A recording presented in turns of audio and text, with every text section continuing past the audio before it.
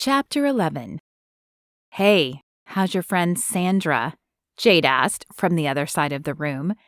Though still not close friends, Jade had begun talking more to Amanda the last few weeks. She had even asked a few questions about the Bible and Amanda's faith. "Huh?" Amanda finished composing the text to Caleb and glanced up at Jade. "Sandra, I haven't heard you call her lately. Are you no longer doing the prayer list thing?" Her voice held just the hint of a challenge, and Amanda was about to retort back when she realized she hadn't called Sandra lately. Or Kate. Or Callie. Snatching the prayer journal off the nightstand, she flipped to the last page. Her eyes widened at the date. Was that right? It had been nearly 3 weeks? Amanda glanced up at Jade, who had an eyebrow raised awaiting a response, and her face flamed. "No, I still am. I guess I've just been a little busy with class." Or Caleb. "I'll call her tomorrow, I promise," she said, defending herself against Jade's knowing look. "Why not now?" Jade challenged. "I promised Caleb I'd help him study for a big test." The vibration of Amanda's phone punctuated her sentence. "There he is now." "Uh-huh," Jade said with a shrug. "Well, have fun." A tiny kernel of guilt erupted inside Amanda as she exited the room. Amanda shouldn't have to justify her actions to the girl, but something in Jade's face sent her subconscious spinning. Was she spending too much time with Caleb? Caleb was her first boyfriend. It was only natural that she'd want to spend a lot of time with him, right? Jade was probably just jealous because she had stopped seeing her friend, or at least Amanda assumed she had, as the man hadn't appeared in the room again, and Jade hadn't mentioned him recently. Caleb was waiting for her at the bottom of the stairs, and at the sight of him, the guilt flew from her mind. He pulled Amanda into his arms and touched his lips gently to hers. Warmth radiated through her body, and her head grew light. "Jade is in our room," Amanda said. "We'll have to find another place to study." "Let's go back to my dorm," Caleb suggested. Somewhere at the back of her mind, alarm bells sounded, but they were distant and timid. Ignoring them, Amanda agreed and took his hand. When they reached his room, Amanda made sure he left the door cracked. Though she was nearly certain she was falling in love with Caleb, there was no reason to open the opportunity to play with fire. He took the desk chair, leaving her to sit on the bed. After rummaging in his bag, he pulled out a large textbook and passed it to Amanda. Flipping to the marked page, she drilled him on business terms and procedures. An hour later, she closed the book, feeling as mentally worn out as he looked. He took the book from her hands and then joined her on the bed. As he brushed a hair behind Amanda's ears, a tingle traveled down her spine. "My fraternity is having a party to celebrate Halloween. Will you come with me?" His blue eyes bore into hers, scattering her thoughts. Amanda tried to focus.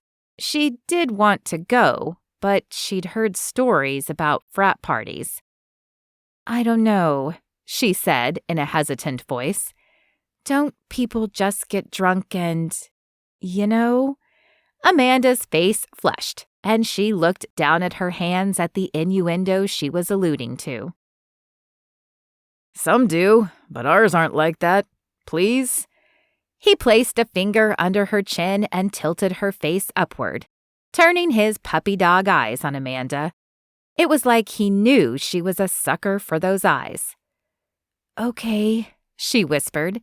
His eyes danced, and he dropped his head, placing his lips on hers. Nerves in Amanda's body ignited, and she leaned into him. Her hands slid up the hard muscles of his chest and around his neck. His hands dropped to her low back, pulling her closer.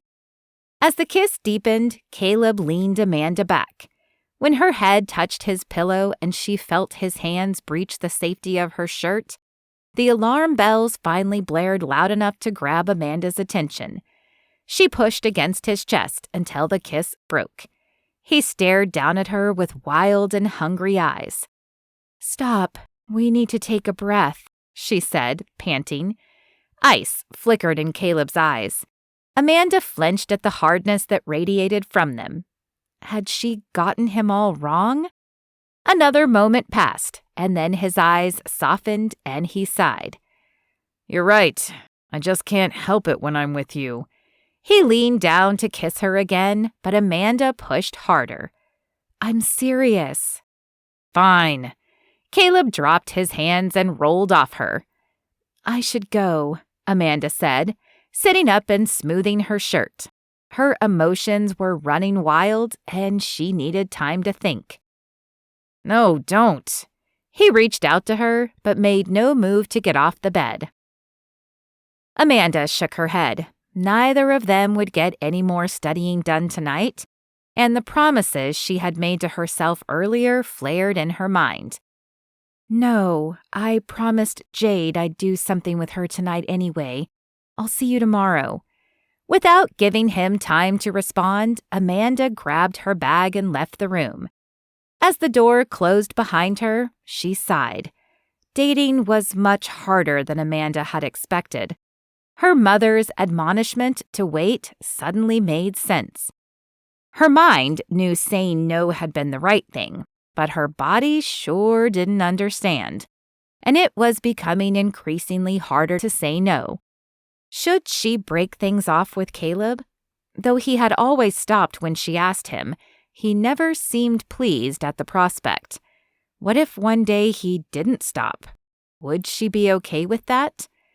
The thoughts circled in her head as she returned to the dorm. Surely she could resist. She'd done it for years. And she did care about Caleb. Jade looked up as Amanda entered the room. "You make that phone call yet?" Annoyance flickered in Amanda briefly at Jade's persistence and insinuation, but she pushed it away. Jade's advice was needed. "No, I just left Caleb's.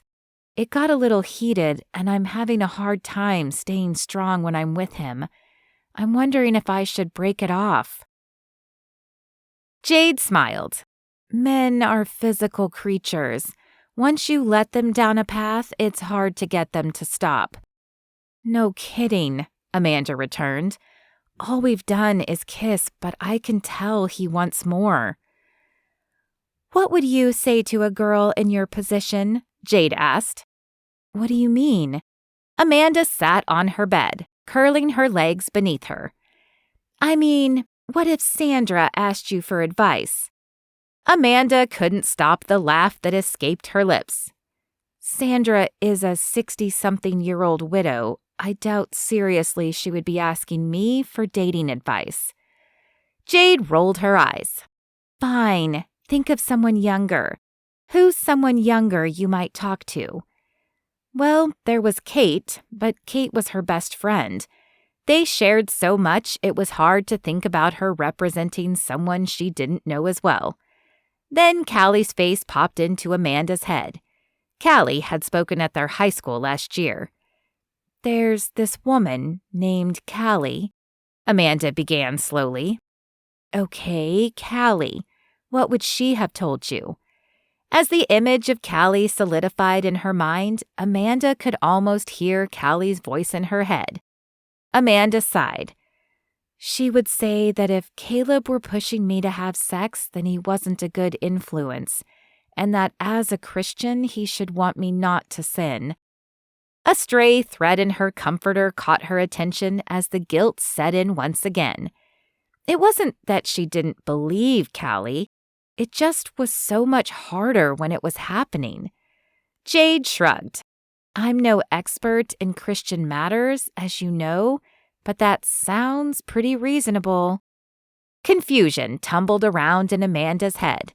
Somewhere deep inside, she knew Caleb was giving off signs that he wasn't good for her. But he was so handsome, and he liked her. Nobody had liked Amanda in that way in a long time. Maybe ever, and she didn't want to lose the feeling. and he had always stopped when she said no.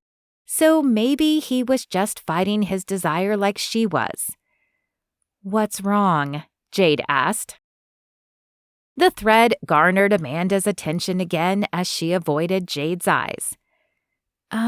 He invited me to a frat party on Halloween, but I'm not sure I should go." Jade cocked her head and her right eyebrow shot up. "A frat party? I don't think that's a good idea. You do know what usually goes on at frat parties, right?" Amanda pulled harder at the thread, determined not to look up. "Yes, but I already said I'd go." Amanda glanced up from lowered lids. There was a little part of Amanda that was curious as to what actually went on in a frat party. "I think you're playing with fire." Jade shook her head. "But it's up to you." As Amanda turned out the light that night before bed, she realized she still hadn't called Sandra, and she hadn't read her devotional for the day. "I'll do it tomorrow," she thought, before falling asleep. "Do you know anyone in Beta Zeta Psi?" Jared asked Emily at their weekly Bible study. They were generally the first to arrive, and Jared decided to use the time tonight to pick Emily's brain.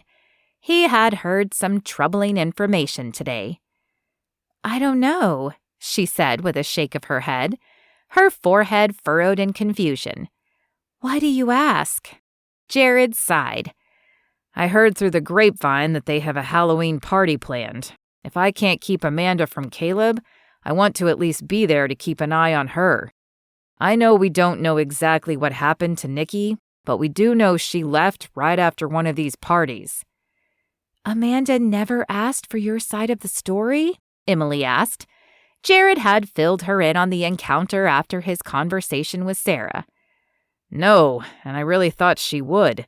But it's like he puts them under some kind of spell," Jared said. "I just need a way in, and then I can at least watch out for her." "Okay, I'll ask my other guy friends," Emily said with a nod. "One of them must know someone, and I agree that Amanda shouldn't go in there alone. I only saw Caleb that once, but something about him just rubbed me the wrong way." "Thank you," Jared said, as the rest of the group filed in.